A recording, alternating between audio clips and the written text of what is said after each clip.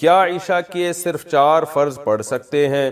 اگر کوئی عشاء کی نماز لمبی ہونے کی وجہ سے چھوڑ دیتا ہے تو اگر وہ صرف 4 فرض پڑھ لے تو کیا اس کی عشاء کی نماز ہو جائے گی؟ اسی طرح اگر عصر کی بھی صرف 4 رکعت فرض پڑھ لے تو کیا اس کی نماز ہو جائے گی؟ کوئی گناہ تو نہیں ہوگا؟ حنا صاحبہ بہاولپور سے۔ جی حنا صاحبہ، بالکل فرض نماز ہو جائے گی۔ 17 رکعتیں سوچ کے نماز ہی چھوڑ دینا عشاء کی، یہ تو بہت بڑا ظلم ہے۔ تو 4 فرض یہ بہت زیادہ ضروری ہیں۔ اگر کوئی سنتیں نہیں پڑھ رہا، صرف 4 فرض پڑھ لیتا ہے تو فرض تو ذمے سے ساقط ہو گئے نا، ورنہ فرض چھوڑنا تو کبیرہ بہت بڑا گناہ ہے اسلام میں۔ تو کسی بھی طرح ہو فرض بہرحال پڑھے۔ باقی عشاء کے بعد 2 سنتیں مؤکدہ ہیں تو وہ بھی پڑھ لے، کیا جا رہا ہے اس میں، وہ بھی مؤکدہ ہیں۔ کبھی کبھار چھوڑ دیں تو کوئی حرج نہیں ہے، لیکن چھوڑنے کا معمول بنا لینا اس میں گناہ کا خطرہ ہے۔ ایسا شخص قابل ملامت ہے، نبی کی شفاعت سے محروم ہونے کا خطرہ ہے۔ تو اس لیے 2 سنتوں کو کبھی معمول بنانا چاہیے، کبھی کبھار چھوٹ جائے تو کوئی حرج نہیں ہے، لیکن بہرحال 2 سنتوں میں اور 4 فرض میں زمین آسمان کا فرق ہے۔ 2 سنتوں کے چکر میں 4 فرض کبھی بھی نہ چھوڑیں، نہیں پڑھے جا رہے تو 4 فرض ہی پڑھ لیں، تو لیکن عام 2 سنتوں کا بھی معمول بنا لیں۔ تو 6 رکعتیں ہیں عشاء کی، جس کو ہم کسی حد تک ضروری کہہ سکتے ہیں۔ 4 فرض تو وہ تو فرض ہیں بہرحال، اور 2 سنتیں مؤکدہ ہیں، وہ چھوڑنا حرام اور کبیرہ گناہ تو نہیں ہے، لیکن قابل ملامت ہے ایسا شخص جو سنتیں نہ پڑھے۔ اور وطر 3 رکعت وطر رہ گئے، وہ پوری رات میں کبھی بھی پڑھ لیں، وہ بھی واجب ہیں، وہ چھوڑیں گے تو گناہ گار ہوں گے۔ باقی عصر سے پہلے 4 رکعتیں پڑھنا وہ سنت ہے، وہ لازمی نہیں ہے۔ ظہر، عصر اور عشاء کی 4 سنتوں کی فضیلت۔ ظہر، عصر اور عشاء سے پہلے 4 رکعت سنت پڑھنے کی کیا فضیلت ہے؟ اگر کوئی انہیں مستقل چھوڑ دے تو کیا وہ گناہگار ہوگا؟ ارسلان راولپنڈی سے۔ دیکھیں، عصر اور عشاء کی جو 4 سنتیں ہیں وہ تو سنتیں غیر مؤکدہ ہیں، ان کو اگر چھوڑ دیں تو کوئی گناہ نہیں ہے، لیکن ظہر سے پہلے کی 4 سنتیں وہ مؤکدہ ہیں۔ کبھی کبھار چھوٹ گئیں، تھکاوٹ ہے تو الگ بات ہے، لیکن چھوڑنے کا معمول بنا دینا یہ جائز نہیں ہے۔ ہاں، فضیلت کیا ہے؟ ظہر سے پہلے کی سنت کی فضیلت تو یہ کہ نبی نے ہمیشہ پڑھی ہیں۔ عصر سے پہلے جو 4 سنتیں ان کی فضیلت میں آتا ہے، رسول اللہ صلی اللہ علیہ وسلم نے فرمایا، رحم اللہ عبدن، اللہ اس بندے پر رحم کرے جو عصر سے پہلے یصلی 4 قبل العصر، جو عصر سے پہلے 4 رکعتیں پڑھے، کما قال صلی اللہ علیہ وسلم۔ تو یہ فضیلت ہے حدیث میں، اللہ اس پر رحم کرے، تو نبی کی زبان سے رحمت کی دعا نکل گئی۔ عشاء سے پہلے 4 رکعتیں پڑھنا کسی حدیث سے میں اس کی کوئی صراحتاً فضیلت نہیں ملتی، البتہ علماء نے قیاس کیا ہے اس کو ایک اس حدیث پر جس میں آتا ہے، صحیح حدیث ہے بالکل، آپ صلی اللہ علیہ وسلم نے فرمایا بین کل اذانین صلاۃ، 3 دفعہ آپ نے فرمایا، پھر فرمایا لمن شاء، اس کے لیے جو چاہے۔ ہر 2 اذانوں کے درمیان نماز ہے، اور 2 اذان سے مراد ہے اذان اور اقامت، تو ہر اذان اور اقامت کے درمیان آپ صلی اللہ علیہ وسلم نے حکم دیا کہ نماز پڑھا کرو، فضیلت ہے، واجب نہیں ہے۔ تو اس سے پتہ چلتا ہے بھائی عشاء میں بھی عشاء کے فرض یعنی اذان اور اقامت کے درمیان ہمیں نماز پڑھنی چاہیے، تو کم از کم 2 رکعت تو پڑھنی چاہیے۔ 4 رکعتوں کا علماء نے اس لیے کہا کہ قیاس کر کے، قیاس بھی ایک شرعی دلیل ہوتی ہے کہ بھائی جو رکعتیں 4 رکعتوں والی فرض ہیں ان سے پہلے 4 رکعتیں پڑھنے کا حکم دیا جاتا ہے، جیسے ظہر کی 4 رکعتیں ان سے پہلے 4، عصر کی 4 رکعتیں ان سے پہلے 4، تو اس سے پتہ چلتا ہے عشاء سے پہلے بھی 4 ہی ہوں گی، کیونکہ نبی نے کوئی مقدار متعین نہیں کی۔ لیکن ہم ظہر اور عصر پہ اگر قیاس کرتے ہیں تو اس سے یعنی استیناس کیا جا سکتا ہے کہ جب ظہر اور عصر سے پہلے 4 ہیں تو عشاء سے پہلے بھی 4 ہوں گی، کیونکہ فجر سے پہلے 2 ہیں، کیونکہ فجر کے فرض 2 ہیں۔ تو اس سے پتہ چلتا ہے کہ ایک استیناس کیا علماء نے، کیونکہ حدیث میں صراحتاً ذکر نہیں ملتا کہ کتنی پڑھنی چاہیے، تو اس لیے مطلق صلاۃ کا حکم ہے، تو ظہر اور عصر پہ قیاس کیا تو فقہاء نے کہا کہ عشاء سے پہلے بھی 4 رکعتیں پڑھنا مستحب ہے، افضل یہ کہ 4 کم از کم پڑھی جائیں، زیادہ پڑھیں تو اچھی بات ہے، تو ایک واجب نہیں ہے، افضل ہے۔ کیا نماز عشاء تاخیر سے پڑھنا مستحب ہے؟ بنت عبداللہ کشمیر سے۔ کیا ہم عشاء کی نماز کا وقت شروع ہونے سے لے کر 12 بجے تک کسی بھی وقت پڑھ سکتے ہیں؟ نیز کیا دیر سے عشاء کی نماز پڑھنا مستحب ہے؟ دیکھیں، عشاء کی نماز کے 3 اوقات ہیں، ایک ہے 1 تہائی رات، یعنی آپ یہ دیکھیں نقشے میں کہ عشاء کا ٹائم کس وقت شروع ہو رہا ہے اور صبح صادق کا ٹائم کس وقت شروع ہو رہا ہے۔ مثال کے طور پر آپ کے علاقے میں عشاء کا ٹائم شروع ہو رہا ہے 8:30 بجے رات کو، اور فجر کا ٹائم شروع ہو رہا ہے فار ایگزامپل 4:30 بجے، تو اب آپ گنیں 8:30، 9:30، 10:30، 11:30، 12:30، 1:30، 2:30، 3:30، 4:30، تو یہ ٹوٹل 8 گھنٹے ہو گئے۔ ہم آسانی کے لیے یہ 9 گھنٹے کر لیتے ہیں، یعنی فجر کا ٹائم شروع ہو رہا ہے 5:30 بجے، تو یہ 9 گھنٹے ہو گئے۔ عشاء کا ٹائم شروع ہو رہا ہے آپ کے علاقے میں فار ایگزامپل 8:30 بجے، اور فجر کا ٹائم شروع ہو رہا ہے 5:30 بجے، 9 10 11 12 1 2 3 4 5، تو یہ پورے گھنٹے بنتے ہیں 9 گھنٹے۔ تو اس سے میں پتہ چلا کہ عشاء کا جو وقت ہے وہ 9 گھنٹے ہے۔ صبح صادق سے پہلے پہلے آپ عشاء پڑھ لیں گے تو آپ کی نماز ہو جائے گی، قضا کرنے کا گناہ نہیں ہوگا، اصولی طور پر یہ مسئلہ ہے۔ البتہ عشاء کے ٹائم کو 3 حصوں میں ہمیں ڈیوائیڈ کرنا چاہیے۔ سب سے پہلے 1/3 رات۔ اب آپ بتائیں 9 گھنٹے جب عشاء کا ٹائم آپ کے علاقے میں اگر بن رہا ہے تو 1/3 یا 1/3 رات کب ہوگی؟ جب 3 گھنٹے پورے ہو جائیں گے، یعنی 8:30 بجے اگر عشاء کا ٹائم شروع ہو رہا ہے، 9:30 10:30 11:30، یہ ہے 1/3۔ سب سے افضل وقت ہے 1/3 رات پہ عشاء کی نماز پڑھنا، یعنی 1/3 رات تک تاخیر کرنا، یہ سب سے افضل ہے۔ اور رسول اللہ صلی اللہ علیہ وسلم کی صحیح حدیث ہے، آپ نے فرمایا اگر مجھے اپنی امت پر خوف نہ ہوتا مشقت کا تو میں لوگوں کو عشاء کی نماز میں تاخیر کا حکم دیتا۔ تو مشقت کا خوف تھا اس لیے آپ نے اس کو واجب نہیں قرار دیا، لیکن افضل بہرحال یہی ہے کہ عشاء کی نماز اگر 9 گھنٹے کی رات ہے اور 8:30 بجے ٹائم شروع ہو رہا ہے تو 11:30 بجے پڑھی جائے، یہ سب سے افضل وقت ہے۔ 1/3 رات کے بعد پھر تاخیر کرنا یہ غیر افضل ہے، ناپسندیدہ ہے آدھی رات تک۔ اب آدھی رات کب ہوگی؟ جیسے 8:30 بجے عشاء شروع ہو رہی ہے اور 9 گھنٹے کا ہے تو یہ 4.5 گھنٹے میں آدھی رات ہو جائے گی، یعنی 8:30 9:30 10:30 11:30 12:30 1 بجے تک بھی آپ عشاء کی نماز پڑھ سکتے ہیں، جائز ہے، ثواب کم ہوگا۔ 1 بجے کے بعد کراہت ہے، یعنی آدھی رات کے بعد عشاء میں تاخیر کرنا مکروہ ہے، ناپسندیدہ ہے۔ پھر جتنی تاخیر کریں گے اتنی ہی کراہت بڑھتی چلی جائے گی، مکروہ اس میں مکروہ والا عنصر بڑھتا چلا جائے گا۔ تو اس لیے حتی الامکان آدھی رات سے پہلے پہلے عشاء پڑھ لینی چاہیے، اور افضل ہے کہ 1/3 رات تک اس کو مؤخر کیا جائے۔ لیکن یہ خواتین کے لیے ہے یا ان لوگوں کے لیے ہے جو سفر میں ہوں اور جماعت سے نماز نہ پڑھ رہے ہوں کسی وجہ سے۔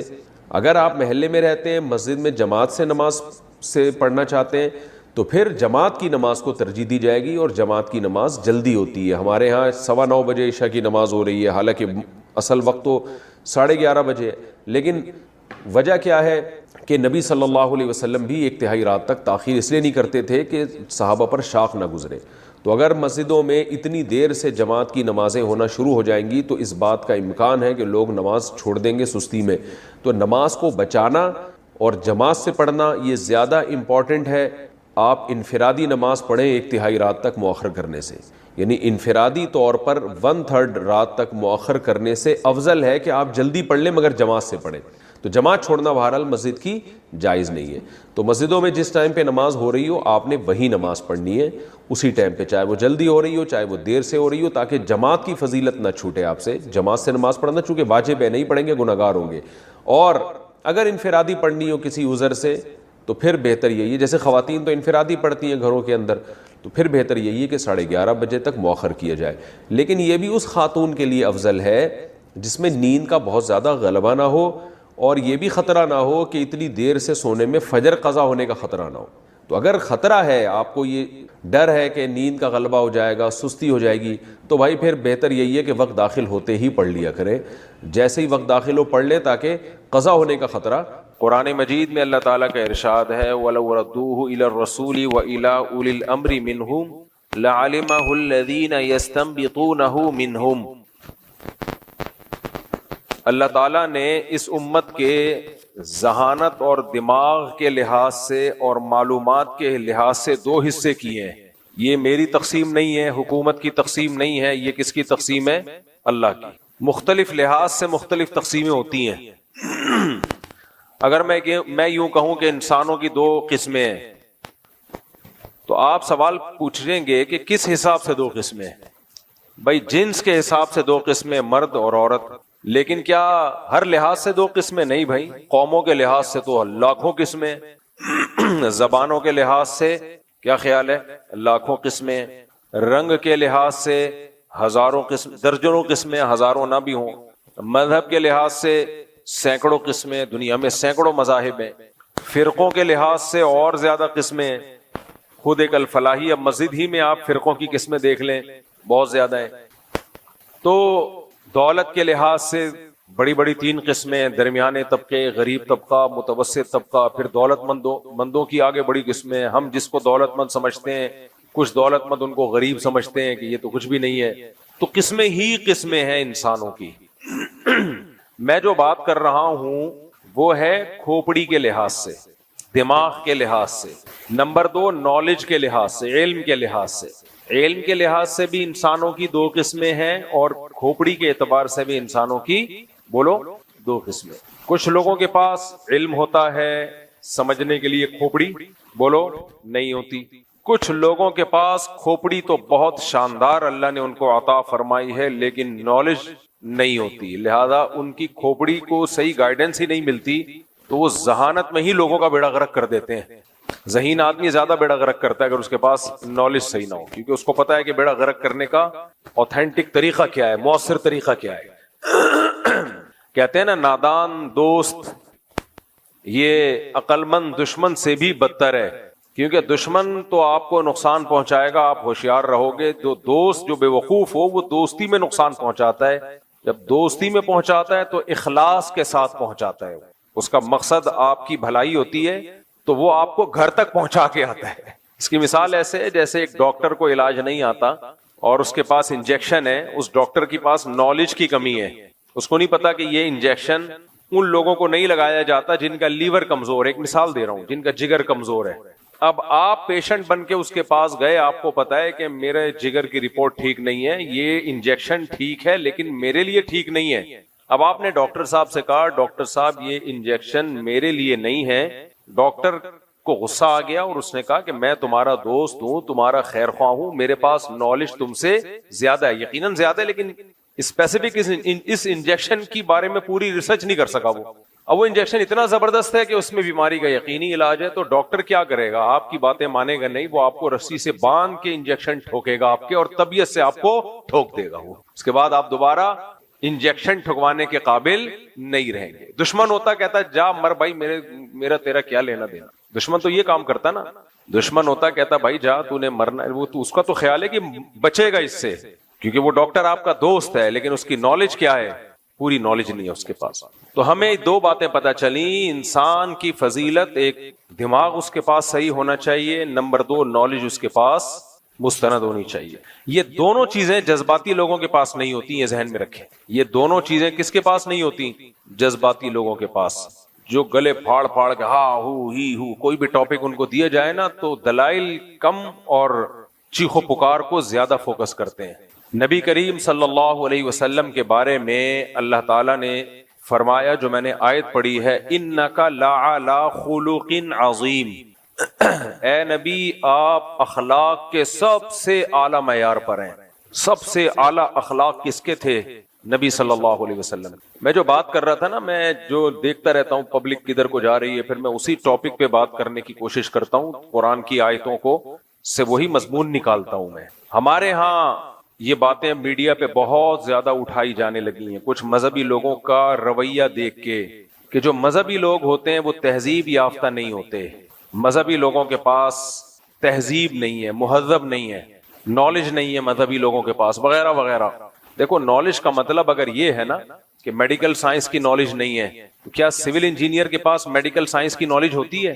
اور اگر نالج کا مطلب یہ کہ اسے عمارتیں بنانا نہیں آتی، نقشے بنانے نہیں آتے، اسے نہیں پتا کہ کتنا ویٹ اٹھانے کے لیے کتنا سریا ڈالنا پڑے گا، بیس کتنی ہونی چاہیے، کھدائی کتنی ہونی چاہیے، تو اگر نالج کا مطلب یہ ہے تو پھر ڈاکٹر کے پاس، ڈاکٹر اس نالج میں زیرو ہوتا ہے، پھر تو سارے ہی جاہل ہیں. عالم صرف وہ ہے جس کو وہ علوم جو آپ کے پاس ہیں، ایسا تو کوئی بھی دنیا میں نہیں ہے.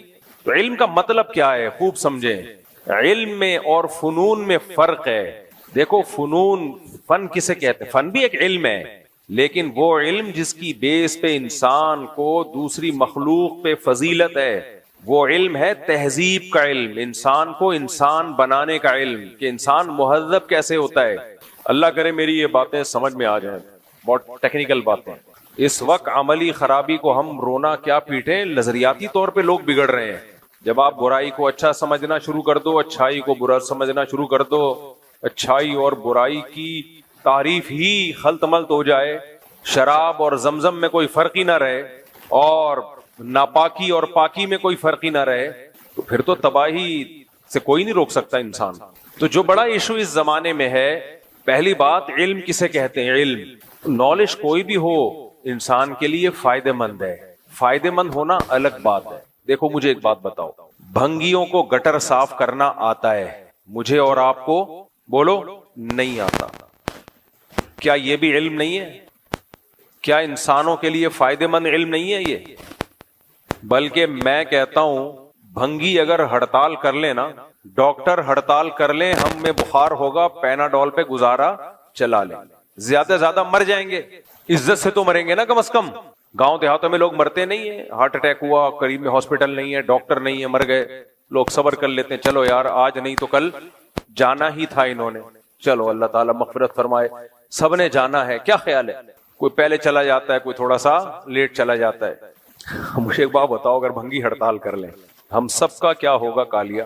ان گٹروں کی اس پوزیشن میں اگر یورپ میں بھنگی ہڑتال کر لیں کوئی اتنا بڑا ایشو نہیں ہے. وہ سسٹم ایسا ہے کہ وہ گٹر بھرنے میں کم از کم 100 سال لگ جائیں گے ان کے. وہ اتنے بڑی بڑی لائنیں انہوں نے ڈالی ہوئی ہیں، بندوں سے زیادہ بڑی تو ان کی گٹر لائنیں ہوتی ہیں. ان کے بھنگی بھی اس طرح کے نہیں ہوتے، بہت مشکل سے جاب ملتی ہے بھنگی کی بھی. 3 پیس سوٹ ٹائی میں، وہ یعنی ان کا ٹائی تو نہیں، یعنی ایک مخصوص ڈریس ہوتا ہے، اس میں پورا بندہ گٹر لائن میں اندر. اگر آپ کھانا ہضم کر کے واکنگ بھی کرنا چاہیں نا ہضم کرنے کے بعد، تو ان کی گٹر لائنوں میں واکنگ ہو سکتی ہے. جار ہمیں تو ایسا لگے گا دیکھ کے شاید یہ لیاری ندی بہ رہی ہے اور اس کے ساتھ میں بندہ واک کرتا ہوا جا رہا ہے، جیسے ہماری لیاری ندی ہے نا، اس ٹائپ کی ان کی گٹر لائنیں ہوتی ہیں. میں بات کر رہا ہوں ہندوستان، پاکستان اور بنگلہ دیش کی، کہ یہاں اگر بھنگی لوگ ہڑتال کر لیں، اسٹرائک کر کے بیٹھ جائیں، اور تو ہمارا ہوگا کیا؟ بس میں اس پہ آگے جاتا نہیں ہوں کہ کیا ہوگا. مسجد میں اس کو ایکسپلین کیا نہیں جا سکتا. ہم سب مریں گے اور بدترین موت مریں گے. کوئی اچھے لفظوں سے یاد نہیں کرے گا، فلاں گٹر میں ڈوب کے مر گیا، فلاں واش روم میں ڈوب کے، اس کے گھر میں پانی گٹر کا اتنا جمع ہو گیا تھا کہ تیرنے لگا. آپ مذاق نہ سمجھیں اس کو. ایک گٹر بند ہوتا ہے نا تو وہ پچھلے سارے گٹروں کا راستہ روک لیتا ہے. صرف 1 سے 1.5-2 مہینے کے بعد ایسا برا حال ہوگا کہ تصور سے روح کانپ اٹھتی ہے. بسوں والے ہڑتال کر لیں اتنا نقصان نہیں ہے، ڈاکٹر اسٹرائک ہو جائے اتنا بڑا نقصان نہیں ہے. بھنگی کی ہڑتال سے، اسٹرائک سے، اب ایسا نہ ہو میری یہ بات سن کر جتنے بھی بھنگی ہیں وہ کہ اچھا یار تنخواہ بڑھانے کا ایک بہترین آپشن آیا ہمارے پاس. میرے بھائی علم بھنگی کے پاس بھی ہے اور انسانیت کے لیے مفید علم ہے. ہمارے حضرت مفتی رشید احمد صاحب کے دور میں ایک طالب علم آ گیا مدرسے میں پڑھنے کے لیے، تو اس کے ماں باپ آ گئے کہ یہ آپ تو اس کو مولانا بنا رہے ہو. حضرت نے فرمایا دیکھیں یہ دین کا علم سیکھے گا اور حلال و حرام کا علم سیکھے گا، امت کی رہنمائی کرے گا. تو انہوں نے کہا نہیں، یہ کوئی علم تھوڑی ہے، ہم وہ علم سکھانا چاہتے ہیں جس سے انسانیت کو فائدہ ہو. مثلا ڈاکٹر بنانا چاہتے ہیں، پائلٹ بنانا چاہتے ہیں. تو حضرت نے فرمایا دیکھیں اس سے بھی انسانیت کو فائدہ ہوگا. مجھے پوری کنورزیشن یاد نہیں ہے، اس کا اپنے الفاظ میں خلاصہ پیش کر رہا ہوں. تو اس نے کہا کہ جی نہیں جی، یہ جو ہے یہ بہت فائدہ مند علم ہے جو ہم. حضرت نے فرمایا فائدہ مند تو بھنگی بنانا بھی ہے. سب سے زیادہ ضرورت سوسائٹی کی کس کو ہے؟ بھنگیوں کی ہے. فرمایا علوم سارے فائدہ مند ہی ہوتے ہیں، ہم نے فائدے کے ساتھ ساتھ یہ دیکھنا ہوتا ہے عزت کس میں زیادہ ہے. فائدے کے ساتھ ساتھ کیا دیکھنا ہوتا ہے؟ عزت کس میں. بھنگی بننے میں عزت نہیں ہے، کوئی اپنے بچے کو بھنگی بنانا نہیں چاہتا. ڈاکٹر بننے میں عزت ہے اور ہونی بھی چاہیے. میں اس کے خلاف نہیں ہوں کہ آپ کہیں کہ ڈاکٹر اور بھنگی کو میں نے ایک ہی صف میں لے جا کے بٹھا دیا ہے. تو فرمایا اصل بات یہ ہے کہ عزت کو دیکھتا ہے انسان کہ عزت کس علم میں زیادہ ہے. آپ کی بچی کے لیے ڈاکٹر کا رشتہ آئے گا، فرشتہ سمجھ کے دے دو گے آپ اس کو. رشتہ نہیں بلکہ کیا سمجھو گے؟ فرشتہ. جمعدار کا رشتہ آئے گا، نشتہ. رشتہ نشتہ. لے رکشہ اور دفع ہو جا کے شیر آ نہیں رہا مجھے، دفع ہو جائے یہاں سے. تو حضرت نے فرمایا سب سے زیادہ قابل عزت علم جس کی بیس پہ سب سے زیادہ عزت ملتی ہے وہ دین کا علم ہے. تو انہوں نے کہا یہ تو کوئی نہیں ملتی عزت. حضرت نے فرمایا کہ اسی لیے جتنی ملنی چاہیے اتنی نہیں ملتی کہ اللہ نے یہ عزت آخرت کے لیے محفوظ کر کے رکھی ہوئی ہے. کہ اللہ کی نظر میں سب سے زیادہ قابل عزت علم جو ہے وہ کون سا ہے؟ دین کا علم. ضرورت کا انکار نہیں ہے، دوسرے علوم کی ضرورت. دیکھو لوگ بے اعتدالی کا شکار ہیں اس میں. کچھ تو ہمارے دیسی لوگ ہیں جو کہتے ہیں کہ صرف دین ہی کا علم ہے باقی سب فضول ہے. یہ بھی غلط ہے. بعض پیغمبروں کو اللہ نے دنیاوی علوم بھی دیے ہیں. حضرت داؤد علیہ الصلوۃ والسلام کے ہاتھ میں لوہا پگھل جایا کرتا تھا. یہ ایک مادی یعنی ایک ایسا معجزہ تھا جس کا مادی زندگی میں فائدہ ہے. اور بھی کچھ پیغمبر گزرے جن کو اللہ نے علوم دیے, لیکن یہ تمام پیغمبروں کو نہیں دیے. کسی پیغمبر کو کوئی علم دیا, کسی پیغمبر کو کوئی علم دیا. قدر مشترک جو تمام پیغمبروں میں جو کامن بات تھی وہ کیا تھی؟ دین کا علم. مجھے تھوڑا سا پانی ذرا پلا دیے گا, ٹھنڈا نہ ہو. تو دین کا علم اللہ نے تمام پیغمبروں کو دیا ہے. کیا خاص چیز ہے بھائی دین کے علم میں جو اللہ تمام پیغمبروں کو دے رہا ہے؟ کیا خاص بات ہے اس میں؟ ٹھنڈا نہ ہو بھائی. تو کیا خاص چیز ہے اس علم میں؟ تمام پیغمبروں کو اللہ یہ علم دے رہا ہے, دین کا علم. پھر نبی صلی اللہ علیہ وسلم نے فرمایا, جزاک اللہ. مائک کی آواز بہت سلو ہے, مجھے گلا پھاڑنا پڑ رہا ہے, لیکن تھوڑا سا والیوم بڑھاتے ہیں تو خراب ہو جاتے ہیں, تو ایسے میں بولنے میں بڑی مشکل ہوتی ہے. خطیب لوگ ہوتے ہیں نا, ہاں ڈھیوں ڈھیوں, ان کا لیے تو کوئی مسئلہ ہی نہیں ہے مائک. خطیب لوگوں کو ہم نے دیکھا ہے, ان کے گلے ہیں ماشاءاللہ, اللہ نے بڑی طاقت دی ہے ان لوگوں. ایک دن میں 3 بیان تباہی مچا دیتے ہیں. اسٹیمنا ہے بھائی, ہر ایک میں نہیں ہوتا. میں کہیں سفر پہ بھی جاتا ہوں تو میں بولتا ہوں 24 گھنٹے میں ایک بیان سے زیادہ نہیں دینا. 24 گھنٹے میں ایک بیان سے زیادہ نہیں دینا. لوگ کہتے ہیں آپ تو بڑے سمجھے جاتے ہیں, بڑا آپ کا اسٹیمنا ہے, تو کیا مطلب 24 گھنٹے میں ایک سے زیادہ بیان نہیں کر سکتے؟ تو میں ان سے کہتا ہوں دیکھو, کنویں سے زیادہ پانی نکالو گے کیچڑ آنے لگے گا. کنویں سے زیادہ پانی نکالو گے کیا آئے گا؟ کیچڑ آئے گا. دماغ جب استعمال ہوتا ہے نا بیان میں, تو پھر 24 گھنٹے میں ایک ہی ہو سکتا ہے وہ.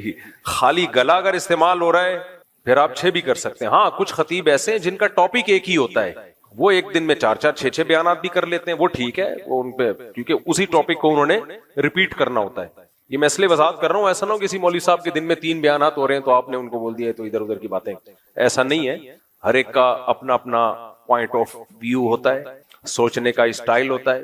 ہمارے بیان میں یہ ہوتا ہے کہ تھوڑا سا کھوپڑی کو زیادہ استعمال کرنا پڑتا ہے, گلا کم استعمال ہوتا ہے, کھوپڑی زیادہ استعمال ہوتی ہے. تو اس لیے میں جہاں بھی جاتا ہوں ایک بیان بس. ہاں اسی بیان کو ریپیٹ کرنا ہے تو پھر تو 4 دفعہ کر لو, پھر ٹھیک ہے.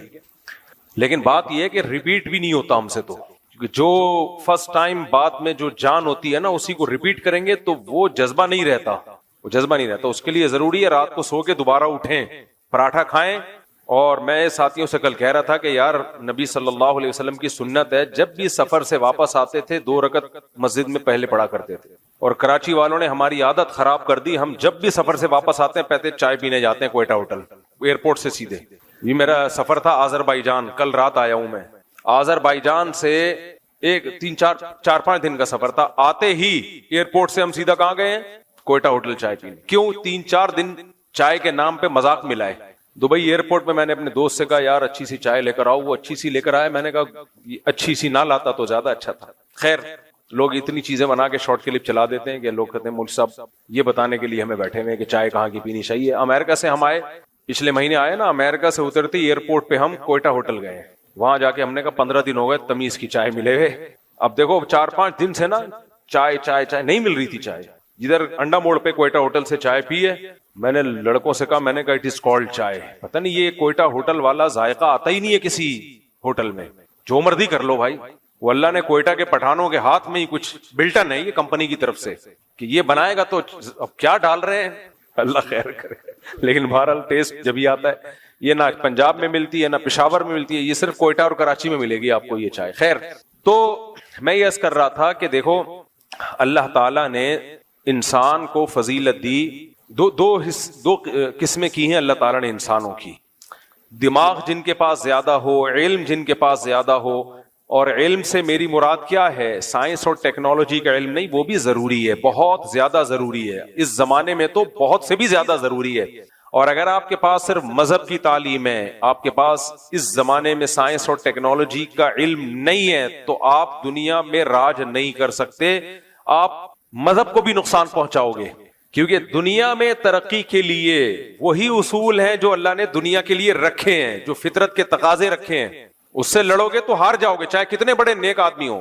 میں بار بار ایک مثال دیتا ہوں نا, آپ بہت زیادہ تہجد گزار ہو اور سجدے کر کر کے آپ کے ماتھے پہ محراب بن گیا ہے. بعض لوگوں, ہم نے بھی بہت الحمدللہ سجدے کیے, پتہ نہیں محراب نہیں بنتا. کچھ لوگ 4 دن نماز پڑھتے ہیں اتنا بڑا محراب بن جاتا ہے. ہم بھی بھائی اتنے ہی سجدے کرتے ہیں جتنے محراب والے کر رہے ہیں. لیکن بہرحال بعض لوگ 4 دن کریں گے اور اتنا ماشاءاللہ اللہ نے شاید ان کو نوازا ہو، واللہ والا بنتا بھی ہے. ریڈی کمپنی ہے، کوئی کمپنی کا نام بتا. خیر، تو بہرحال یہ سجدوں کے نشانات حدیث میں آتا ہے قیامت کے دن اور روشن ہوں گے. خیر، تو آپ بہت تہجد گزار ہو، للہ فی اللہ روتے رہتے ہو. ایک دن بجلی کی تار، برہنہ تار کو آپ نے ہاتھ لگا لیا. وہ تار آپ کو چھوڑے گی یا گلے ملے گی آپ سے؟ بولو، گلے ملے گی. آپ کے گھر میں ایک برہنہ تار تھی بجلی کی، آپ نے یہ کہہ کے اس کو چھوڑ دیا کہ میں اسباب کی دنیا میں اتنا زیادہ نہیں کہ میں اتنی احتیاطیں کروں کہ کون سی تار باہر نکلی ہوئی ہے، کون سی دیواروں کے اندر جا رہی ہے، یا میں آگ لگنے کے لیے کوئی پہلے سے انتظام کر لوں وغیرہ وغیرہ. آپ نے کہا چونکہ ہمارا تعلق مع اللہ، ایک تو یہ عین بہت گاڑا نکالتے ہیں جو بھی تعلق مع اللہ، اتنا عین نکالتے ہیں کہ بھائی جب اردو بول رہے ہو تو اردو اسٹائل میں بولا کرو اللہ کے بندو، عربی جب عربی میں بولو. پھر ایک صاحب کہنے لگے 100%. میں نے کہا 100% بھی کافی ہے، 100% کو 100% کہنے کی ضرورت ضاد بھی نکالیں گے. بھائی اردو کو اردو میں بولو یار، ہر زبان کا اپنا ایک لب و لہجہ ہوتا ہے. اردو بھی تو پریشان ہے نا، آدھی انگلش آ رہی ہے اردو میں، کچھ عربی آ رہی ہے، کچھ فارسی آ رہی ہے، کچھ تو اردو خود بوکھلا گئی ہے کہ میں ہوں کیا. تو پنجاب والے اپنے اسٹائل میں بولتے ہیں، پشتو والے اپنے اسٹائل میں بولتے ہیں. ایک ہمارے دوست ہیں، پٹھان دوست ہیں، بڑے میرے لیے قابل احترام ہیں، ان کو پتا ہے کہ وہ ناراض نہیں ہوں گے. مجھے کہتے ہیں کمیونیکیشن گیپ ہے، کمیونیکیشن گیپ. اب وہ انگلش کس میں بول رہے ہیں؟ پشتو میں، کمیونیکیشن. پہلے تو میں سمجھا نہیں کون سا گیپ ہے یہ. تو وہ بہت بالکل ایسے دانتوں کو پیس کے نا، جیسے پشتو بولتے ہیں ویسے انگلش. اردو والے بھی انگلش کو بگاڑ دیتے ہیں. جن اردو اسپیکنگ نے قاری صاحب سے قرآن پڑھا ہوا ہے نا، قاف حلق سے نکالا ہے، وہ ڈی بھی قلقلہ کر کے نکالتے ہیں. ان کو پتا ہے کہ قاف میں قلقلہ ہے نا، جیسے خلق، قاریوں نے پڑھا ہوتا ہے نا خلق کو کیسے پڑھا جائے، خلق، تو وہ اینڈ کو پڑھتے ہیں اینڈ، ڈ نکالتے ہیں، اینڈ واٹ، پورا قلقلے نکال رہے ہوتے ہیں. تو ان سے ہم کہتے ہیں کہ بھائی نورانی قاعدے کو عربی کے لیے استعمال کرو، انگلش کے لیے اپنے اصول اور ضابطے ہیں.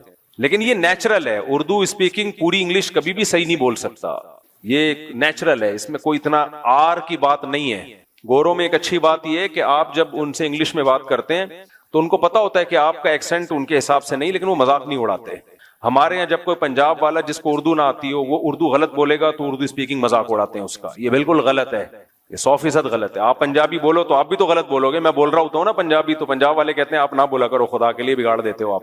تو جب کوئی آپ کی زبان بول رہا ہے، اگر غلط بھی بول رہا ہے تو اس کو اپریشیٹ کرنا چاہیے. ویل ڈن، زندہ باد، چلو تم نے ہمیں عزت دی، ہماری زبان میں بات کی ہے. تو انگریز لوگ اس کا اہتمام کرتے ہیں، ہمارے لوگ نہیں کر رہے ہوتے، مذاق اڑا رہے ہوتے ہیں دوسرے کی زبانوں کا. خیر، تو میں یہ کر رہا تھا میرے بھائی کہ اللہ تعالیٰ نے ہمیں دو قسمیں کی ہیں انسانوں کی، ایک دماغ جن کا ذہین ہو اور دوسرا علم ان کا کامل ہو. اور علم سے کیا مراد ہے؟ ہر جگہ قرآن میں علم سے دین کا علم مراد نہیں ہوتا، خوب سمجھ لیں. بعض دفعہ مادی علم کو بھی قرآن نے علم کہا ہے، اس کی بھی قرآن میں مثالیں ملتی ہیں. تو علم کے لحاظ سے تو دنیا کا علم ہو یا دین کا علم ہو، دونوں ضروری ہیں، دونوں فائدے مند ہیں. جیسے میں نے بتایا کہ کوئی بھی علم اگر کم ہوگا دنیا میں آپ کے پاس، آپ کی قوم میں وہ علم نہیں ہوگا تو آپ اس میں پستی کھاؤ گے، نیچے کی طرف جاؤ گے. تو اسلام کو دنیا میں غالب کرنے کے لیے صرف دین کا علم کافی نہیں ہے. دنیا کے اصولوں پہ چلتی ہے. دنیا میں دنیا کی دیکھو، عیسیٰ علیہ السلام قرب قیامت میں نازل ہوں گے. اللہ کرے غامدی صاحب اس وقت تک زندہ رہیں تاکہ اپنی آنکھوں سے دیکھ لیں. بخاری اور مسلم کی حدیث کا غامدی صاحب نے انکار کر دیا نا. اتنی واضح حدیث ہے کہ لَيُوشِكَنَّ أَن يَنزِلَ فِيكُمُ ابْنُ مَرْيَمَ، ضرور بھی ضرور تم پر عیسیٰ ابن مریم نازل ہوں گے. تو جناب غامدی صاحب، اگر یہ مطلب یہی حدیث تو ہے بخاری مسلم کی، اور بھی حدیث کی کتابوں میں آئی ہے. اگر نبی پر کسی نے یہ ان حدیثوں میں جھوٹ باندھا ہے معاذ اللہ، تو اس کا مطلب یہ امت بہت بڑی کذاب تھی، کیونکہ اس حدیث کو ایک راوی نے بیان نہیں کیا، متعدد راوی ہیں، وہ سارے جھوٹے تھے معاذ اللہ. پھر تو امت پہ اعتماد ختم. پھر تو کیا بھروسہ یہ کتاب جو ہمیں قرآن ملی ہے امت نے اس میں تحریف نہ کر دی ہو. آپ کہہ سکتے ہیں قرآن کی حفاظت کا تو اللہ نے وعدہ کیا ہے. اس کا جواب یہ کہ یہ بھی تو اسی قرآن میں لکھا ہوا ہے جو ہمیں اس امت نے دیا ہے. عقلی طور پر امکان ہے خود ہی لکھ کے ہمیں دے دیا ہو، لیکن ہم کہتے ہیں یہ نہیں ہو سکتا، کیونکہ تواتر کے ساتھ جب کوئی چیز چلی آ رہی ہوتی ہے اس میں غلطی کا امکان نہیں ہوتا. تو حضرت عیسیٰ علیہ السلام جب نازل ہوں گے نا قرب قیامت میں، اچھا جب نازل ہوں گے تو اس وقت ہی نازل ہوں گے. کائنڈلی ابھی آپ کوئی ایسا کام نہ کریں. لوگ کیا امام مہدی کے انتظار میں آذربائیجان ہو کے آیا ہوں نا، وہاں ایک انقلاب آیا تھا رشیا سوویت یونین کے انقلاب سے پہلے. کوئی لیڈر گزرا ہے جس نے بہت لوگوں کو قتل کیا اور آذربائیجان میں جو اسلامی حکومت تھی اس کو ختم کر دیا تھا اس نے. یعنی اہل سنت کی حکومت تھی سنیوں کی. تو ختم کیا کس دلیل پہ؟ کہ میں امام مہدی ہوں. حدیثوں میں جس مہدی کا تذکرہ ہے وہ میں ہوں. اور ایسی کی تیسی کر دی پوری اسٹیٹ کی ریاست کی. اس کے بعد سوویت انقلاب آیا تو انہوں نے ان کی بھی ایسی کی تیسی کر دی. تو آج کل ایسی کی تیسی ہی چل رہی ہے مارکیٹ میں. کوئی امام مہدی کے نام پہ کھڑا ہو جاتا ہے, کوئی کہتا ہے امام مہدی چونکہ ابھی خراسان سے نکلنے والے ہیں تو میں ذرا خراسان کی طرف ہو کے جا رہا ہوں. کوئی کہتا ہے دجال کا ابھی ظہور ہونے والا ہے تو میں اس طرف جا رہا ہوں. بھائی جو خوب اچھی طرح سمجھو, بار بار یہ مسئلہ میں بیان کر چکا ہوں. دیکھو ڈاکٹر اسرار رحمت اللہ علیہ کی جو پیش گوئیاں ہیں, کل کسی نے مجھے بھیجا کہ ڈاکٹر اسرار نے تو پہلے کہا تھا افغانستان پاکستان پہ حملہ کرے گا, مجھے ویڈیو بنا کے بھیجی. میں نے کہا وہ ہمارے لیے قابل احترام ہے, لیکن ڈاکٹر اسرار نے حامد کرزئی کے بارے میں کہا تھا. آگے پورے کلپ میں حامد کرزئی کا نام بھی ہے, وہ کسی نے کٹ کر کے آدھا چلا دیا. میں نے کہا دیکھو ڈاکٹر اسرار بھی نہ عالم الغیب تھے, انہوں نے کہا شاہ ولی اللہ نے بھی کہا تھا. میں نے کہا نہ شاہ ولی اللہ عالم الغیب تھے. یہ پیش گوئیاں ایک اندازہ ہوتی ہیں, صحیح بھی ہو سکتی ہیں غلط بھی ہو سکتی ہیں. ان پر ایسے ایمان مت لے کے آؤ جیسے ہم قرآن و سنت پہ ایمان لاتے ہیں. میں بھی ایک اندازے سے بات کر سکتا ہوں کہ یہ ہو جائے گا یہ ہو جائے گا, لیکن وہ نہیں ہوتا. بعض دفعہ ہو بھی جاتا ہے, بعض دفعہ نہیں بھی ہوتا. تو بعض باتیں ڈاکٹر اسرار نے کی تھی وہ نہیں ہوئی پوری, وہ انہوں نے کی تھی لیکن نہیں ہوئی پوری. بعض کی ہیں جو ہو گئی پوری. تو انسان کو انسان رہنے دو, اس کو پیغمبر بنا کے بزرگ ایسا بزرگ بنا کے کہ وہ پیش گوئیاں کر رہے ہوتی چلی آ رہی ہیں, یہ مت کرو یہ کام. لوگ کہتے ہیں وہ تو حدیثوں سے پیش گوئیاں کر رہے ہیں. حدیث سے پیش گوئی ممکن ہی نہیں ہے, کیونکہ حدیثوں میں کسی چیز کا ٹائم مینشن نہیں کیا گیا ہے. اور یہ میں اپنی طرف سے نہیں کہہ رہا, یہ پہلے لکھ چکے ہیں علماء اور محدثین. چونکہ تاریخ میں دیکھا ہے علماء محدثین نے کہ حدیثوں سے لوگ تانے بانے ملا کے ایک پریڈکشن کرتے ہیں, ایک پیش گوئی کرتے ہیں, اور پھر اس کے حساب سے ماحول بنانا شروع کر دیتے ہیں, حالانکہ حدیث میں اس کا وہ ٹائم مینشن نہیں ہوتا. اور پھر یا تو اس کے نام پہ کوئی فساد پھیلا دیتے ہیں, یا پھر سادہ لوگ جب دیکھتے ہیں کہ یہ ہونے والا تھا لیکن ہوا نہیں تو ان کا حدیثوں سے ایمان اڑ جاتا ہے. تو اس لیے یہ جو بھی اس طرح کے اسکالرز گزرے ہیں یہ ہیں اسکالرز ہی, ان کی بات کو پتھر پہ لکیر سمجھ لینا. اس کی مثال ایسے جیسے ڈاکٹر اسرار نے پیش گوئی کی تھی کہ گریٹسٹ اسرائیل بنے گا, جو پورا مکہ مدینہ اور یہ سب چیزیں یہ سب اسرائیل میں داخل ہو جائیں گے. ان کی نیت پہ ہمیں کوئی شبہ نہیں ہے, انہوں نے اچھی نیت سے ہی کہا, لیکن یہ بات غلط ہے. اگر آپ نے مان لیا نا کہ گریٹسٹ اسرائیل بنے گا تو یہ امید کی بات ہے یا مایوسی کی بات ہے؟ مایوسی. اس کا مطلب پھر وہ چھوڑ دیں جو وہاں مزاحمت کر رہے ہیں, وہ چھوڑ دیں مزاحمت. جب بنے گا تو کیا ضرورت ہے کرنے کی؟ پھر تو ڈاکٹر اسرار صاحب کی نیت اپنی جگہ, لیکن انشاءاللہ نہیں بنے گا, کسی کا باپ بھی نہیں بننے دے گا ان کو. یہ اسٹائل ہونا چاہیے. کیسے بنے گا بھائی؟ آپ کے مکان پہ کسی نے دھمکی دی کہ میں قبضہ کروں گا, تو پہلا ریپلائی آپ کا کیا ہوگا؟ تیرے باپ میں دم میں تو کر کے دکھا. لڑنا تو بعد میں ہے, جا کے کیس ویس تو بعد میں نمٹیں گے بیٹھ کے. اور اگر وہ کہے کہ حدیث میں آتا ہے کہ میں قبضہ کروں گا, اس کا مطلب اس نے تو آپ کے ہاتھ پاؤں کاٹ دیے. تو کتنا ہی نیک اسکالر ہو, اچھا ہو, غلطی ہر انسان سے ہو سکتی ہے. میرا مقصد ان کی ذات کو ہدف بنانا نہیں ہے, میرا مقصد صرف اور صرف یہ بتانا ہے کہ حدیثوں میں کسی چیز کو مینشن نہیں کیا گیا ٹائم کو. اس لیے علماء پہلے یہ سب حدیثوں کو ایکسپلین کر چکے ہیں کہ حدیثوں میں دو طرح کی حدیثیں ملتی ہیں ہمیں. ایک تو وہ حدیثیں یہ کرو یہ مت کرو, جن میں آرڈر ہے کہ یہ کرنا ہے اور یہ نہیں کرنا, ان حدیثوں کو ہم نے فالو کرنا ہے. دوسری وہ حدیثیں جن کا تعلق ہے پیش گوئیوں سے, وہ نبی صلی اللہ علیہ وسلم کی نبوت کی دلیل ہے کہ آپ نے بتایا ایسا ہوگا لیکن ٹائم نہیں بتایا, تو بس اتنا ایمان رکھنا پڑے گا کہ ہوگا. کب ہوگا یہ نہیں بتایا, لہذا ان حدیثوں کا عمل سے تعلق نہیں ہے کہ ان کو سامنے رکھ کر ہم پلاننگ کرنا شروع کر دیں. نا نا نا نا نا نا, یہ غلطی نہیں کرنا. پلاننگ ان حدیثوں کو سامنے رکھ کے نہیں کی جائے گی, پلاننگ گراؤنڈ ریئلٹی کو سامنے رکھ کے کی جائے گی. پلاننگ جو کی جائے گی گراؤنڈ ریئلٹی, آج کی زمینی حقیقت کیا کہہ رہی ہے, اسباب کیا کہہ رہے ہیں کہ کیا کرنے سے کیا رزلٹ نکلتا ہے. اسباب کی دنیا میں, اسباب کی دنیا میں کیا کیا جائے تو کیا رزلٹ نکلے گا, تو ان اسباب کو سامنے رکھ کے فیصلہ کرنا ہے. کیوں؟ نبی کی یہ سنت ہے کہ ہمیشہ فیصلہ کس کو سامنے رکھ کے کیا جائے گا؟ بولو نا, اسباب کو. تو اسلام اسباب اختیار کرنے کا حکم دیتا ہے, اسباب سے دور نہیں کرتا آپ کو. جب تک مسلمانوں نے اسباب اختیار کیے, دنیا پہ حکومتیں کی ہیں, سلطان محمد فاتح نے ترکی میں استنبول میں قسطنطینیہ میں جو قلعہ فتح کرنا تھا اس کے لیے وہ اپنی صف میں بزرگوں کو بھی لے کر گیا جو دعائیں مانگیں گے، لیکن اس کے لیے بزرگوں کو تو لایا ہے دعائیں مانگنے کے لیے، لیکن اس نے پہلے اپنے انجینئرز کو کہا کہ اتنی بڑی توپ بناؤ جو اس سے پہلے دنیا میں کسی کے پاس اتنی بڑی توپ نہ ہو، جس کو لوگ کے بولیں یہ توپ ہے، کہتے ہیں نا کیا توپ چیز ہے، کیونکہ اتنی چوڑی دیوار ہے قسطنطینیہ کے قلعے کی کہ اس دیوار کو چھوٹی موٹی توپوں سے توڑنا ممکن نہیں ہے۔ وہ کہہ سکتا تھا ہمارے پاس اتنے بڑے بزرگ ہیں، نیک لوگ ہیں، اتنا بڑا لشکر ہے، اور نبی نے خوشخبری بھی دی ہے قسطنطینیہ فتح ہوگا۔ آپ نے فرمایا سب سے بہترین لشکر وہ ہوگا جو قسطنطینیہ فتح کرے گا، یہ تو بتا دیا آپ نے، لیکن کیا مطلب بس ہم چلے جائیں فتح کرنے؟ کیوں نبی نے کہا ہوگا فتح؟ بھائی نبی نے ڈیٹ نہیں بتائی ہے کہ محمد فاتح کے ہاتھ پہ ہوگا یا اس سے پہلے کسی کے ہاتھ پہ ہوگا، اس کے ہاتھ پہ ہوگا جو اسباب اختیار کرے گا۔ 700 سال کے بعد جا کے یہ پیش گوئی پوری ہوئی ہے نبی کی۔ 700 سال پہلے بھی حملے ہوئے ناکام، کیوں؟ دشمن زیادہ طاقتور تھا، اور جو اٹیک کرنے والے وہ دشمن کے مقابلے میں کمزور، حالانکہ نیک تھے، صحابہ، تابعین، تبع تابعین، انہوں بھی حملے کیے ہیں۔ حضرت ابو ایوب انصاری کی قبر ہے وہاں قسطنطینیہ میں دیکھ کے آیا ہوں۔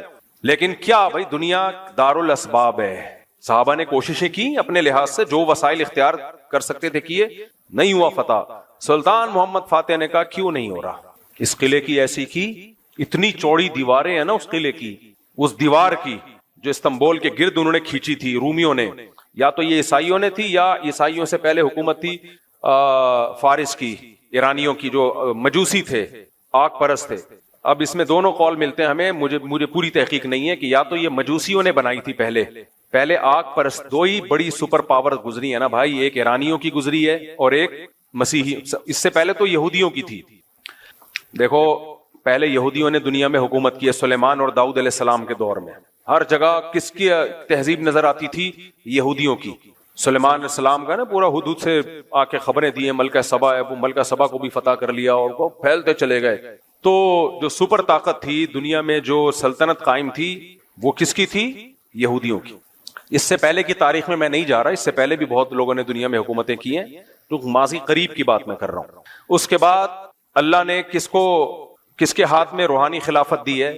مسیحیوں کے ہاتھ میں، حضرت عیسیٰ پر ایمان لانے والے، یہ پھیلتے چلے گئے، جنگوں کے ذریعے بھی، دعوت اور تبلیغ کے ذریعے بھی۔ کچھ علاقوں کو تو عیسائیوں نے تلوار کے زور سے فتح کیا، کچھ ایسے تھے جو خود بخود پوری اسٹیٹس مسیحی مذہب میں داخل ہو گئی کیونکہ اس میں اٹریکشن تھی۔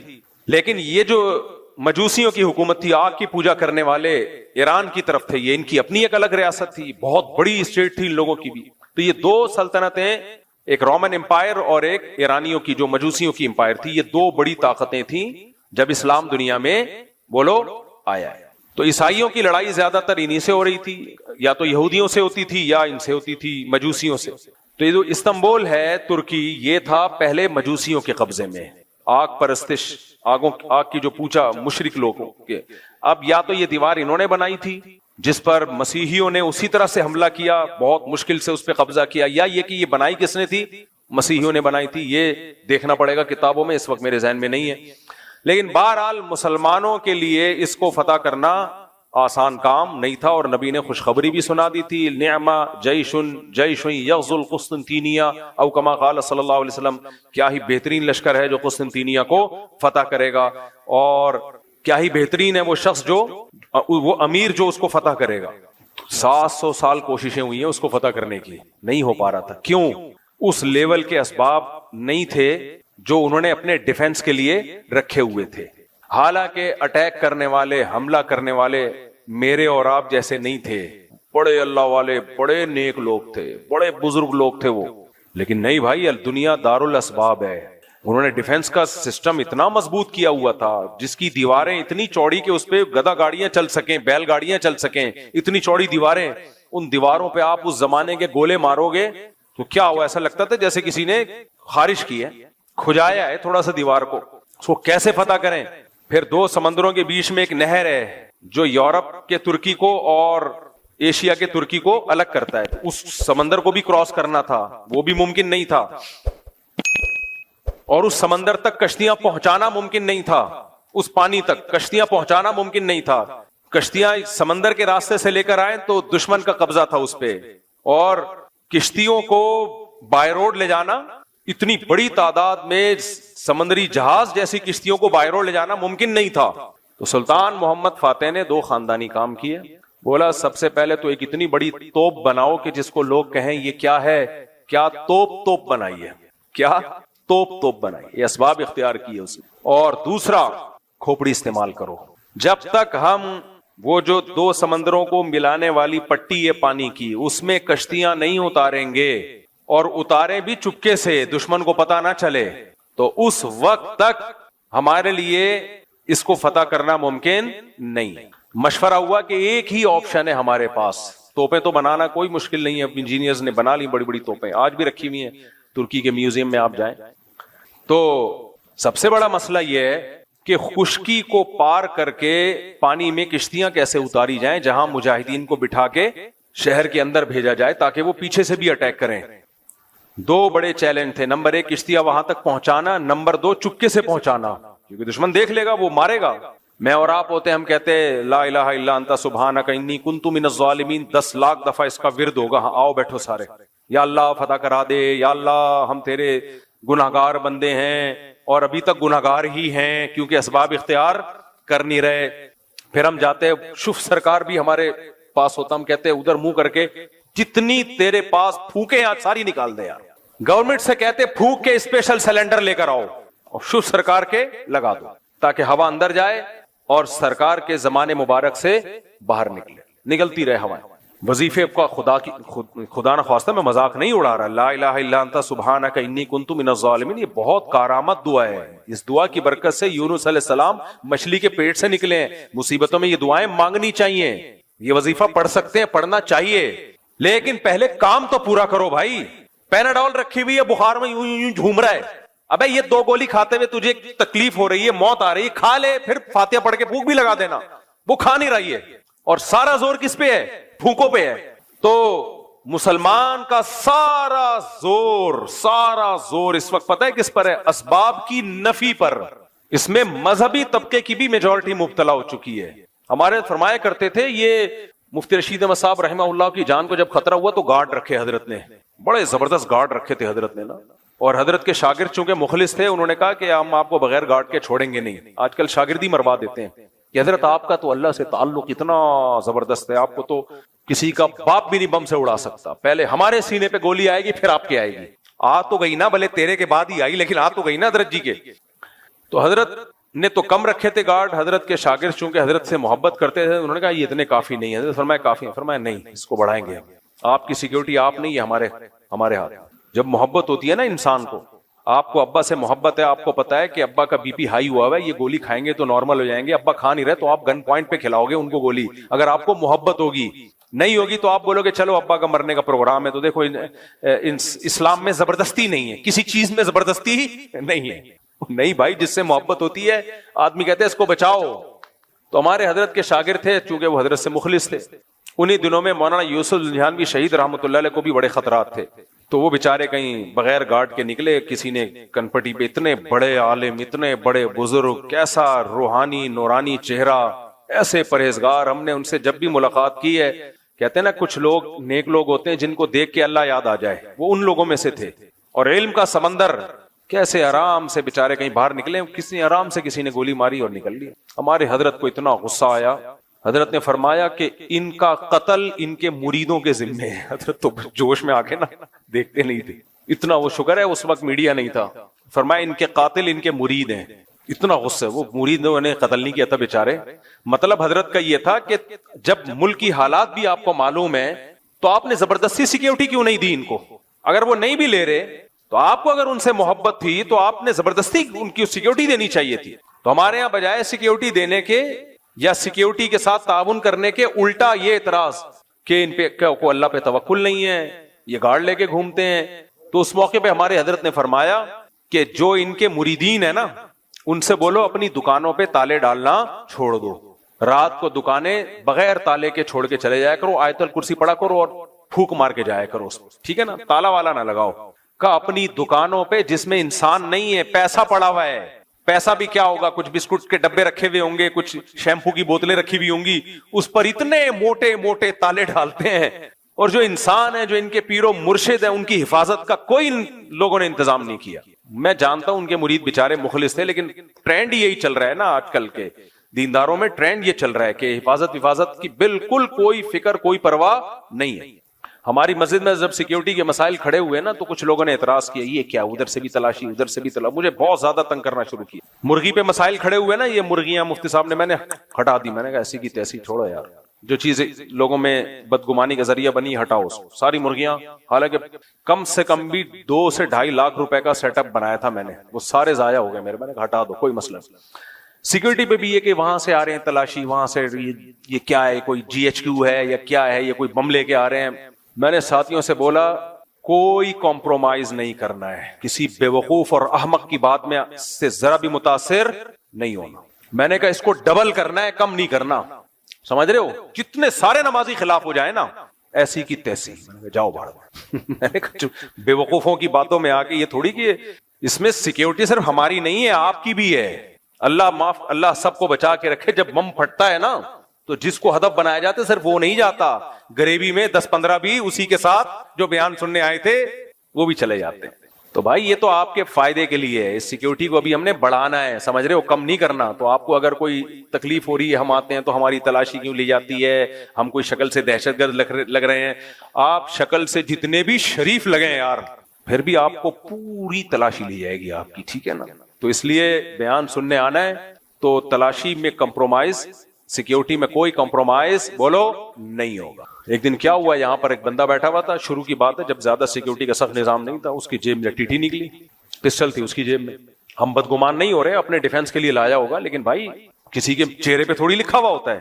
تو گارڈ نے یوں کر کے نظر ڈلاتے رہتے ہیں نا, تو اس نے دیکھ لیا, اس کو بلایا. خیر ہم نے پولیس والوں کو بلایا, انکوائری کی, وہ بندہ صحیح تھا, یعنی کوئی وہ نہیں تھا. آپ ڈرے نہیں, آپ کہ اچھا یہاں تو ٹیٹیاں نکل رہی ہیں, گھبرانا نہیں ہے. شریعت کہتی ہے اسباب مکمل اختیار کرو, اس کے بعد توکل کس پہ رکھو, اللہ. مرنا ہوگا جس دن, جو رات قبر میں گزرنی ہے کسی کا باپ بھی وہ قبر سے باہر نہیں گزروا سکتا, اور جو قبر میں نہیں گزرنی وہ کسی کا باپ بھی قبر میں نہیں گزروا سکتا آپ سے. تو کام سارے کرنے ہیں لیکن اسباب بھرپور اختیار کرنے ہیں. اس کے بعد پھر اللہ پہ توکل بھی کرو. پھر تو جو مرنا ہے بھائی وہ تو مرنا ہے, ڈرو نہیں موت سے. موت کا ڈر الگ چیز ہے اور بے احتیاطی الگ چیز ہے. تو ہمارے حضرت نے فرمایا کہ یہ جتنے بھی لوگ ہیں نا, جو حضرت مولانا یوسف جہانوی شہید رحمۃ اللہ علیہ کو انہوں نے سیکیورٹی نہیں دی, فرمایا کہ یہ اپنی دکانوں پہ بڑے موٹے موٹے تالے ڈال کے جاتے ہیں, حالانکہ اندر کیا رکھا ہوتا ہے, شیمپو کی بوتلیں. ٹھیک ہے, آپ گولے گنڈے والے کو دیکھو, جب ریڑی بند کرے گا کیسے تالے لگے ہوئے ہو, اور نظر سے بچنے کے لیے بھی انتظامات کیے ہوئے ہوتے ہیں. حلیم کی دیگوں پہ لکھا ہوتا ہے, کالا جوتا لٹکا ہوا ہوتا ہے, اس بزنس کو نظر نہ لگے. بزنس کیا ہے, ٹوٹل 2 دیگیں, اللہ اور برکت دے بھائی, 2 دیگیں کو 4 کر دے, اللہ ہماری دعا ہے. لیکن ابے بھائی یا تو بہت بڑا جاپان کی گاڑیوں کا تیرا شو روم ہوتا, اربوں خربوں روپے کی ٹرانزیکشن ہو رہی ہوتی, روزانہ 50 گاڑیاں نکل رہی ہوتی تیرے شو روم سے, تو نظر سے بچنے کے لیے کچھ اہتمام کرتا, وہ کر نہیں رہا, وہ بیٹھا ہوا ہے آرام سے. تیری حلیم کی دیگ ہے, اس پہ جوتے بھی لٹکے ہوئے ہیں اور کالے کپڑے بھی جھوم رہے ہیں. رکشے والے نے پیچھے جوتا لٹکایا ہوا ہوتا ہے, اب کم نظر آ رہا ہے, پہلے بہت ہوتا تھا. میں نے ایک دن پوچھا یار یہ کسی کی چپل اٹک کے رہ گئی ہے, بعض دفعہ ہوتے ہیں لوگ, میرے تو یہ خیال تھا کوئی اترتے ہوئے چپل اٹک گئی تو اس نے باہر لٹکا دی کہ جن صاحب کی ہو آ کے لے جائیں. اس نے کہا بھائی یہ نظر سے بچنے کے لیے. میں نے کہا بھائی ٹرک کو نظر لگی تھی تو رکشا بن گیا تھا, وہ اس کو کیا نظر لگے گی, یہ کیا بنے گا بیچارہ. یوسف علیہ السلام کے قریب کسی کا حسن ہو, ایسے اس بچے کی ماں حسن کو نظر سے بچانے کے لیے کچھ اہتمام کرے. جیسے کہتے ہیں حضرت عثمان نے ایک خوبصورت بچہ دیکھا تو اس کو ایک تل لگا دیا تھوڑا عیب پیدا کرنے کے لیے. تو سمجھ میں آتا ہے بھائی مائیں بچوں کو نظر سے بچا رہی ہیں, وہ بچے جو اندھیرے میں نظر نہیں آتے. وہ واقعہ پورا کون سا واقعہ تھا, ہاں وہ واقعہ رہ گیا. چلو تو خیر, تو سلطان محمد فاتح نے کیا کیا, یہ اسباب اختیار کی. میرا مقصد واقعہ سنانی, یہ تو میں ہسٹری بیان کر چکا ہوں پہلے بھی جب میں ترکی کا دورہ کر کے آیا تھا. یہ صرف یہ بتانا تھا کہ ہمارے ماضی کیا تھا اور آج ہم منہ کی فائرنگ کے علاوہ ہمارے پاس کچھ بھی نہیں. اور اوپر سے ہمارے جو دیسی لبرل ہیں جن کی قیصر احمد راجہ نے طبیعت سے کلاس لی ہوئی ہے, قیصر احمد راجہ کو لازمی سنا کرو اور اس کے چینل کو آگے پھیلاؤ بھی, کیونکہ مجھے جو اب تک نظر آیا ہے پاکستان میں کم از کم واحد بندہ ہے جو ان دیسی لبرل کے خلاف کھڑا ہوا ہے. یہ دیسی لبرل جو ہے نا, جن کے پاس کچھ بھی نہیں ہے, نہ دین کا علم ہے نہ دنیا کا علم ہے, بیٹھ کے پھینکتے رہتے ہیں, انگلش میں انگلش ٹھش پھش مارتے رہیں گے, عوام سمجھتی ہے یار کیا نالج ہے, کیا نالج ہے یار. ابے بھائی وہ نالج آپ کو لگ رہی ہوتی ہے. میں نے بتایا نا ایک انٹی آئی ہیں آج کل, وہ کہہ رہی ہیں ڈارون کی جو تھیوری ہے کہ جو ارتقاء ہے وہ ایک ثابت شدہ حقیقت ہے سائنس میں, جھوٹ سے بات شروع ہو رہی ہے. پھینکنے پر گورنمنٹ نے کوئی پابندی لگائی ہے یار, پھینکتے رہو. سائنسدان کہہ رہے ہیں کہ ثابت شدہ نہیں ہے, اور ہمارے پڑھے لکھے کہہ رہے ہیں کہ ثابت شدہ ہے. کوئی حکیم دوا بنا رہا ہے, اس کو خود اطمینان نہیں ہے کہ بھی ٹرائی کروں گا, اور اس کا جو منشی بیٹھا ہوا ہے وہ کہہ رہا ہے ایسی بہترین دوا ہے 100 بندوں پہ تجربہ ہو چکا ہے, تو اس سے بھی آگے نکلنے کی کوشش کر رہا ہے. تو یہ دیسی لبرل جو اس طرح کی تحقیق پیش کر رہے ہیں نا, خوب سمجھ لو ان کا مقصد تحقیق نہیں ہے, ان کو ایک ٹاسک دیا گیا ہے کہ علماء کو اور اسلام کو پیچھے رکھنا ہے. اس کا طریقہ یہ ہے کہ سائنس کو اس انداز میں پیش کیا جائے کہ لوگ سمجھیں کہ سائنس اور مذہب آپس میں ٹکرا رہے ہیں. ابھی ایک دیسی لبرل انکل ہیں, ان کے اسپیچ سن رہا تھا میں, کہہ رہے تھے کہ مذہبی آدمی تو تہذیب یافتہ ہو ہی نہیں سکتا, مذہبی آدمی تہذیب یافتہ ہو ہی نہیں سکتا. واہ واہ واہ واہ بھائی, تہذیب مذہب کے علاوہ خدا کی قسم کسی کا باپ کہنے والا تھا, لیکن پھر دیکھا تہذیب یافتہ نہیں ہوتے یہ. دیکھو مذہب جو ہے نا بھائی ہمارا اسٹائل ہے نا, اسٹائل تھوڑی ہم چینج کریں گے, اسٹائل ہے نا, اسٹائل بھی تہذیب کا ایک حصہ ہے. انگریز بھی تو باپ کے, ان کے باپ ہوتے نہیں تو وہ ماں کے تانے دیتے ہیں. یہ تہذیب ہے. جن کو یہ مہذب کہہ رہے ہیں نا, دیکھو میں اگر کہنے والا تھا کہ مذہب نہ ہو تو کسی کا باپ بھی تہذیب نہیں سکھا سکتا, یہ جملہ میں نے ادھورا چھوڑ دیا نا. اگر میں یہ جملہ بولتا, کہتے دیکھو یہ مولویوں کی لینگویج ہے, کسی کا باپ بھی نہیں سکھا سکتا, کسی کا چاچا بھی نہیں سکھا سکتا, تو یہ گورے بہت مہذب ہیں, حالانکہ گوروں میں باپ ہوتا ہی نہیں ہے. ابے مجھے ایک بات بتاؤ, جس کا باپ ہو, جن کے ہاں باپ ہوتے ہوں لیکن زبان صاف نہ ہو, وہ بھی غیر تہذیب یافتہ ہے, میرے جیسے مہذب نہیں ہے, میرے جیسے دیسی ہیں وہ, لیکن باپ ہے.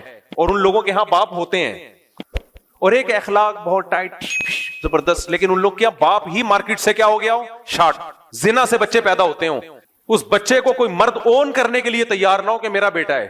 ان کو کیا کہہ رہے ہیں, تہذیب یافتہ. آپ نے یہ سمجھ میں آ رہا ہے میں کیا کہنا چاہ رہا ہوں؟ او بھائی ایک تہذیب کی شکل ہوتی ہے, nice to meet you, thank you, 3 piece suit tie, بغلیں بھی کون جھانک رہا ہے جا کے, وہ بھی چھپی بھی ہیں, بس اوپر سے فٹ فاٹ. لیکن سوسائٹی میں زنا بھی ہے, بے انتہا نشہ ہے, نشے کے بغیر کوئی چل نہیں سکتا, اور نشہ نہ بھی ہو تو 15-20 کپ کافی پیے بغیر ان کا دماغ ہی کام نہیں کرتا. اتنے زیادہ ہائپر لوگ ہوں, ہر شخص نشہ کر رہا ہو, بہت سے ملکوں میں نشہ لیگل ہو, شراب تو لیگل ہے ہی ساری دنیا میں. اتنا زنا اتنا زنا اتنا زنا, پھر نسلیں روک لی ہوں کہ ان کو کھلانا پڑے گا کم بختوں کو. اس کو کہہ دیا تہذیب. اور مذہبی آدمی جو بیچارہ 2-4 کبھی الٹی سیدھی باتیں ممبر پہ بیٹھ کے اسٹائل ٹھیک نہیں ہوتا, اس کا بات ٹھیک کر رہا ہوتا ہے, اس کو کہہ دیا یہ ہے ہمیں تہذیب سکھائیں گے. تکلف اور تہذیب میں زمین اور آسمان کا فرق ہے. کبھی چھپڑ میں خوشبو لگا کے اکیلے میں ملو, خدا کی قسم انسانیت کی خدمت میں نے جتنی علماء میں, صلحاء میں, تبلیغ والوں میں دیکھی ہے, کسی میں نہیں دیکھی ہے. گورا اس کی خاک تک نہیں پہنچا ہے جو انسانیت کی خدمت. میں ہر مولوی کی بات نہیں کر رہا, ہر ممبر پہ بیٹھا ہوا عالم نہیں ہوتا, ہر وہ شخص جو اللہ رسول کی نام لے رہا ہے وہ عالم نہیں ہوتا, وہ دیندار بھی ہونا ضروری نہیں ہے. بہت سے لوگ مذہب کا منجن بیچتے ہیں. میں تو خود بتاتا رہتا ہوں کتنے مدارس ہیں جن میں بھرپور کرپشن ہے, اور اس مدرسے کے محتمم نے 4 دیواری کھڑی کر کے یتیم بچوں کو لا کے رکھا اس لیے تاکہ نوٹ چھاپ سکے. گیٹ اپ اس کا مذہبی ہے, تو گیٹ اپ کی بات میں کر نہیں رہا ہوں. صحیح معنوں میں جو علماء ہیں, آپ کبھی ان کے پاس بیٹھو, ان کے حوال پڑھو, سنو, آپ کی 14 طبق روشن ہو جائیں گے آپ کے. میں ایک مثال دیتا ہوں, جو اپنی اولاد پیدا کرنے کے لیے تیار نہ ہونا کہ اس پہ خرچہ کرنا پڑے گا, تو اس کا مطلب وہ تو انسانیت کے لیے خیر خواہی کا جذبہ ہو ہی نہیں سکتا. سب سے زیادہ تو انسان اپنی اولاد کا ہوتا ہے. ان کمبختوں کو بچے پیدا کرتے ہوئے موت آ رہی ہوتی ہے کہ اس کو پالنا پڑے گا, تو یہ انسانیت کو کیسے پالیں گے؟ یہ مذہب سکھاتا ہے اپنے بچے بھی پالو, دوسروں کے لے کے بھی بچے بھی پالو, یتیموں کے بچے. یہ ظرف مذہبی لوگوں میں میرے بھائی, یہ ہمارے نبی میں ظرف ہے کہ آپ کی اپنی اولاد بھی اور ام سلمہ سے نکاح کر کے ان کے بچے بھی آپ نے پالے ہیں, اور اس کنڈیشن میں پالے جب گھر میں 40 دن چولہا نہیں جلتا تھا. یہ ہے تہذیب. کوئی ایک گورا ایسا لا کے دکھاؤ مارکیٹ میں جن کے تم صبح شام تہذیب کی باتیں کرتے ہو, ایک لا کے دکھاؤ تم. وہ بیوی سے وفا نہیں کرتا, وہ آگے نسل کیا بڑھائے گا بھائی. اور ان کی عورتیں مردوں سے وفا نہیں کرتی ہیں, ان کی عورتیں اپنی اولاد پیدا کرنے کے لیے تیار نہیں کہ ٹینشن ہوگی. کیا ہوگی؟ ٹینشن. ابے بھائی جو اتنی ٹینشن اٹھانے کے لیے تیار نہ ہو. ان کے ملک کہہ رہے ہیں, ان کی اسٹیٹ کہہ رہی ہے کہ نسل بڑھاؤ تاکہ ملک کو فائدہ ہو. کہ ملک کا فائدے کی ایسی کی تیسی, ہمیں ٹینشن نہیں لینی. وہ بھائی عیش پرست لوگ ہیں, خواہش پرست لوگ ہیں, نفس پرست لوگ ہیں. اس عیاشی اور نفس پرستی کو تہذیب کا نام دے دیا, کیونکہ سوٹ اور ٹائی اچھے ہوتے ہیں, گٹر لائنیں صاف ہوتی ہیں, روڈ اچھے ہوتے ہیں, سگنل ٹائم پہ چلتے ہیں, پولیس والے بڑے ہینڈسم اسمارٹ سے اچھے اخلاق سے بات کرتے. تو وہ ساری بد تہذیبی پہ ایک چمک پٹی لگا دی ہے خوبصورت سی, ٹھیک ہے نا. اس کو نام کیا رکھ دیا دیسی لبرل نے؟ تہذیب. خدا کی قسم ہمارے گاؤں میں چلے جاؤ نا, گاؤں دیہاتوں میں, کے پی کے میں چلے جاؤ, پنجاب, مجھے بہت افسوس ہوتا ہے. گاؤں سے ایک بندہ جاتا ہے باہر امریکہ کینیڈا, چکر لگا کے آتا ہے, اپنے گاؤں کے لوگوں کو برا بلا کے, اب ان میں پینڈو لوگ ہیں, تہذیب نہیں ہے. میں کہتا ہوں بھائی تو وہاں سے پیسہ کما کے 10 بندوں کو کھلا رہا ہے, تو پینڈو ہے, تو جاہل ہے, تجھ میں تہذیب نہیں ہے. گورا بیوی کو ایک چائے کی پیالی پلانے کے لیے تیار نہیں ہے, اور وہ کیا ہے مہذب. میں نے کہا تمہارا دماغ خراب ہو گیا ہے. ایک چکر باہر سے لگا کے آتے ہو, تھوڑا روڈ موڈ صاف دیکھ لیتے ہو نا, سڑکیں وڑکیں, بڑے متاثر ہو جاتے ہو. یہ تو ہماری گورنمنٹ اگر انسان کے بچہ بن جائے تو ہمارا ملک بھی صاف ہو سکتا ہے. ہمیں کوئی شوق تھوڑی ہے کہ میلا رہنے کا, تو حکومت نے باقاعدہ میلا بنانے کا پروگرام بنایا ہے.